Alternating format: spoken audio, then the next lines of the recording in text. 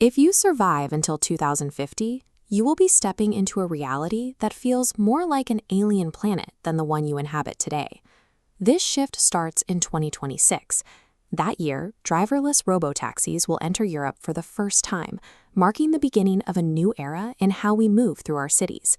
By that same year, SpaceX aims to launch its first uncrewed rockets toward Mars, while NASA's 2027 Artemis 3 mission prepares to put boots back on the moon.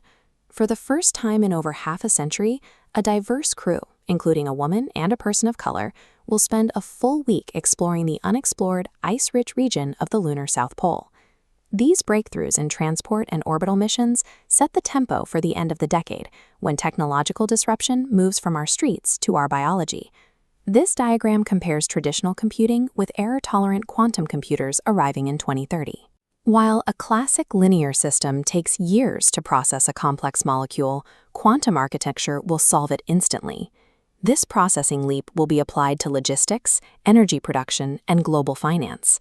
At the same time, we will likely see the first regulated xenotransplants, where genetically modified pig organs are used to save patients in need of kidneys and other vital transplants.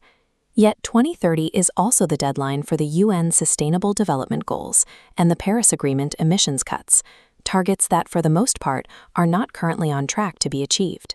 Humanity is successfully engineering laboratory breakthroughs that save individual lives, while struggling to stabilize the global systems required to sustain all of us.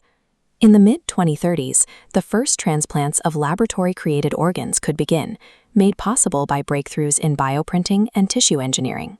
Then, in 2035, the largest nuclear fusion project ever built, the ITER experiment in France, plans to ignite its reactor for the first time.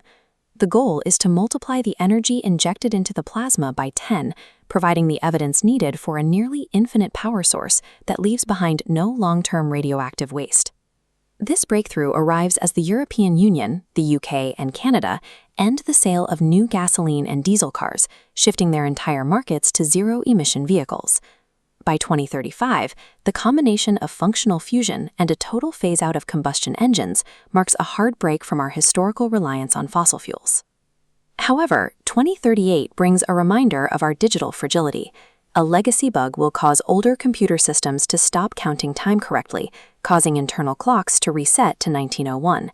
This exposes hidden vulnerabilities in aging satellites, industrial sensors, and banking software that still operates on code too expensive or complex to replace.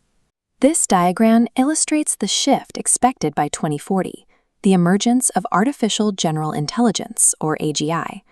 Unlike today's AI, AGI will be capable of reasoning, planning, and learning new skills without a human ever having to reprogram it. As digital minds evolve, our physical footprint expands. We expect to see the first permanent mining facilities on the moon and the completion of a tunnel beneath the sea connecting Europe and Africa. By 2040, human intelligence will no longer be the only force capable of solving complex problems or planning the next phase of our expansion.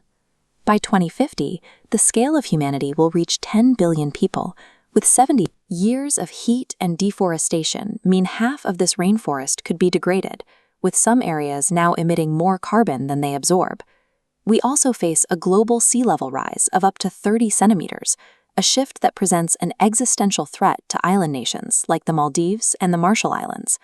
We will have cured ancient diseases and connected the globe, only to watch the map itself begin to drown and burn.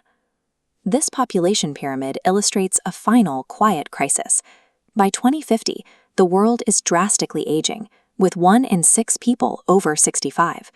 This inverted demographic will test global pension systems and healthcare, as the number receiving support begins to outnumber those working.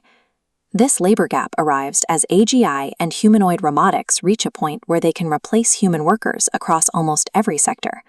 If robotics and intelligence continue to advance at this pace, working may no longer be a necessity for everyone. The calendar guarantees we will reach 2050, but we have yet to decide how we will define our purpose once the work is no longer ours to do.